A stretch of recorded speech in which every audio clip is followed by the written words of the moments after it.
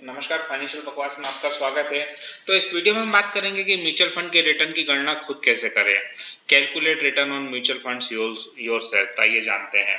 तो जैसा कि आप जानते हैं कि म्यूचुअल फंड में बहुत सारी तरह के स्कीम्स होती हैं अलग अलग, जिनकी अलग अलग एनएवी लिस्ट होती है बाजार में, वेबसाइट्स पर। तो उसमें क्या होता है, एक डिविडेंड ऑप्शन होता है, एक ग्रोथ ऑप्शन होता है, जिसमें एक होता है एजेंट के थ्रू आप लेते हैं तो वो नॉर्मल होता है, और एक होता है डायरेक्ट जो कि आप खुद जाके लेते हैं। तो डायरेक्ट और एजेंट वाले में क्या अंतर होता है कि डायरेक्ट में जो है आपका जो कमीशन होता है, जो बैक होती है, वो एजेंट को नहीं मिलता है। उसकी जगह वो आपके म्यूचुअल फंड में जुड़ता जाता है। मतलब जुड़ता जाता है मतलब कि वो आपके अकाउंट में से डिडक्ट नहीं होता है, वो चार्जेस जो है डिडक्ट नहीं होते, तो वो आपको फायदा होता है लॉन्ग टर्म में। तो जो डिविडेंड वाला जो म्यूचुअल फंड्स होते हैं उनकी एनएवी अलग होती है, और जो ग्रोथ वाले म्यूचुअल फंड होते हैं उनकी एनएवी अलग होती है। तो जब आप अगर देखेंगे कि म्यूचुअल फंड वाले जो डिविडेंड वाले म्यूचुअल फंड्स हैं उनकी एनएवी थोड़ी कम होती है, और जो ग्रोथ वाले हैं उनकी एनएवी ज़्यादा होती है डायरेक्ट में। तो उसका अंतर यही है कि जब डिविडेंड घोषित होता है तो डिविडेंड जो है वो कस्टमर को दे दिया जाता है, जिनका भी म्यूचुअल फंड है, ऑनर है। और जिनका ग्रोथ में है तो उनका ग्रोथ में उनको पैसा नहीं मिलता है, उनका म्यूचुअल फंड में ही री इन्वेस्टमेंट होता रहता है, मतलब वापस से पैसा निवेश हो जाता है। तो ये एक दर्शक का सवाल था जिसे हमने यहाँ पर लिया है। तो इसलिए हमने बताया कि ग्रोथ जो है अलग होता है और डिविडेंड अलग होता है। तो आप यहाँ पर देख सकते हैं कि फार्मूला जो है वो ईयर्स, मंथ्स और डेज में होता है। तो इस फार्मूले से आप अपना खुद ही गणना कर सकते हैं कि कितने साल में कितना रिटर्न मिलेगा, मतलब कि CAGR, aggregate rate of return कितना होगा। तो ईयर का फॉर्मूला है कि जो एंडिंग वैल्यू मतलब कि आज की डेट का एनएवी, और जब आपने बिगनिंग वैल्यू मतलब जब आपने लिया था, म्यूचुअल फंड खरीदा था उस टाइम का NAV, and one divided by number of years. मान लीजिए 3 साल का है तो 1/3 माइनस 1/100। ऐसे ही मंथ्स और डेज का है। तो मैं आपको सीधे जो है आपको गणना की शीट पर ले चलता हूँ, जहाँ पर मैंने ऑलरेडी कुछ कैलकुलेशंस किए हुए हैं। ये मैंने एक म्यूचुअल फंड था, Reliance mutual fund small mid cap का, तो वहाँ से मैंने ये एनएवी लिए हुए हैं, जिससे कि मैं आपको समझा पाऊँ। तो आप देख सकते हैं यहाँ पर 6 जून का जो एनएवी है 2014 का, वो 17 रुपीज 95 पैसा था, और 6 जून 2017 को 38 रुपए 55 900 है। तो आज का जो आप परसेंटेज देख रहे हैं इसका, ये CAGR है, CAGR। ओके। तो ये जो रिटर्न है परसेंटेज में है पर एनम का।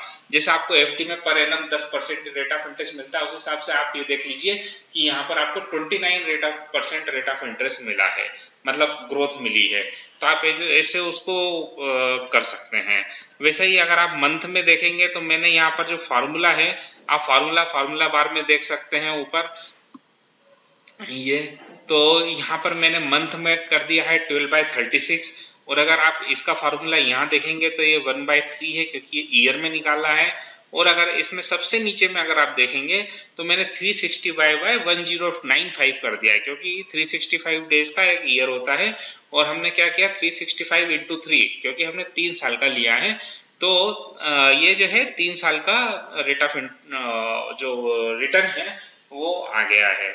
अब मैं आपको ले चलता हूँ एक वेबसाइट पे जिसका नाम है मनी कंट्रोल। तो आप जो है ऑनलाइन भी आप ये सब कैलकुलेट कर सकते हैं। अगर आपको कैलकुलेट नहीं करना है तो रेडिली अवेलेबल है, किसी भी डेट से किसी भी डेट तक का। और आप किसी और म्यूचुअल फंड की वेबसाइट पर भी जाकर आप चेक कर सकते हैं कि आपको जिस भी कंपनी से आपने म्यूचुअल फंड खरीदा है। तो मैं आपको अभी moneycontrol.com पर ले चलता हूँ। तो moneycontrol.com/mf/return पे जाएंगे अगर आप, तो वहां पर आपको रिटर्न कैलकुलेटर मिलेगा। यहीं पर आपका SIP कैलकुलेटर भी और SIP प्लानर भी है। तभी मैं फिलहाल म्यूचुअल फंड है तो मैं आपको ले चलता हूँ रिलायंस म्यूचुअल फंड में। और अब हमें यहाँ पर जो है सिलेक्ट करना होगा स्कीम। तो मैं स्कीम सिलेक्ट कर रहा हूँ, पेज डाउन करके मैं जा रहा हूँ सीधे Reliance small and mid cap पे। तो मैंने रिलायंस स्मॉल कैप फंड जो है डायरेक्ट प्लान ग्रोथ जो है, जैसा कि मैंने आपको बताया था कि ये दो तरीके से होते हैं, डिविडेंड एंड ग्रोथ, तो वैसे ही मैं यहाँ पर डिविडेंड की जगह ग्रोथ सिलेक्ट कर रहा हूँ और यहाँ पर और जैसे ही हमने सिलेक्ट किया उसके बाद में रिटर्न डेट आ गया। तो रिटर्न डेट में जो है जो इसकी इंसेप्शन डेट थी वो आ गई है, लेकिन मैं यहाँ पर हम 3 साल का, जैसा कि हमने बताया कि हम कैलकुलेट कर रहे हैं, तो यहाँ पर हम 6 जून 2014 सिलेक्ट कर रहे हैं और 6 जून 2017 अभी है। हम यहाँ पर कैलकुलेट पे जैसे ही क्लिक करेंगे वैसे ही इसका ये देखिए आप गणना हो गई कि तो ये गणना हो गई। अभी हमसे क्या ऐड पे क्लिक हो गया था, तो आप ध्यान रखें इन वेबसाइट्सों पे बहुत सारे ऐड आते हैं, तो अगर उन पे क्लिक करेंगे तो वो किसी और जगह पहुंचा देंगे। तो ये जो रिलायंस स्मॉल कैप है, आप यहाँ देख सकते हैं कि यहाँ पर जो NAV है वो 6 जून 2014 को 17 रुपये 95 पैसे थी और आज की डेट में 38 रुपये 55 पैसे है। तो यहाँ पर आप देख सकते हैं एनुअलाइज्ड रिटर्न। तो एनुअलाइज्ड रिटर्न 1 साल का 44% है, 2 साल का 28% है, 3 साल का 29% है।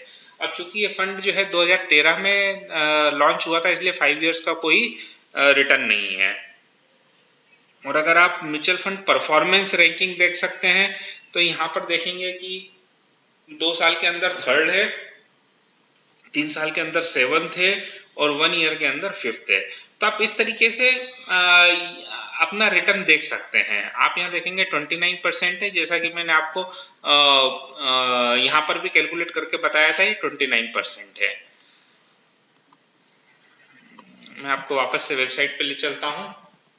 तो इस प्रकार से आप यहाँ से किसी भी पीरियड का जो है आप कैलकुलेट कर सकते हैं रिटर्न। जैसे अब मैं यहाँ पर अगर इंसेप्शन से करते हैं तो मैं अभी कोई और म्यूचुअल फंड ले लेता हूँ। मान लीजिए कि मैंने SBI ले लिया, SBI म्यूचुअल फंड, और यहाँ पर मैं ले लेता हूँ SBI इमर्जिंग बिजनेस फंड। तो SBI emerging business fund direct fund growth ले लिया मैंने, और मान लीजिए ये देखिए कि यहाँ पर ये जो है 8 जनवरी 2013 से इंसेप्ट हुआ है, तो तब से स्टार्ट हुआ है और आज तक का हम देख लेते हैं कि कितना रिटर्न आया है।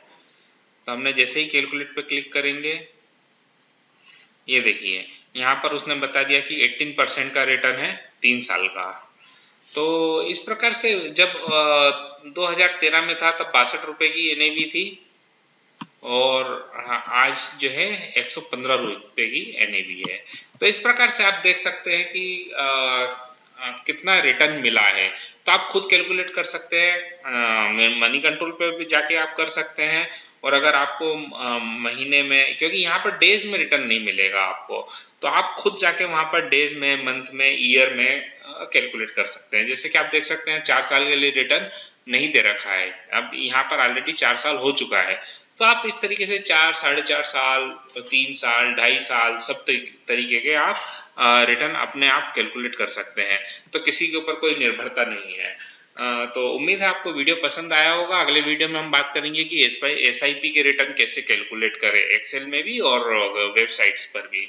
अगर आपने अभी तक हमारा चैनल सब्सक्राइब नहीं किया है तो नीचे लाल कलर का बटन दे रखा है सब्सक्राइब, उसके ऊपर आप क्लिक करके सब्सक्राइब कर सकते हैं। हमारे वीडियो को लाइक करिए, शेयर करिए, कॉपी कर लीजिए लिंक को, व्हाट्सएप पर शेयर करिए, कमेंट करिए। अगर आपके कोई प्रश्न है तो हम आपके सवालों का उत्तर जरूर देंगे।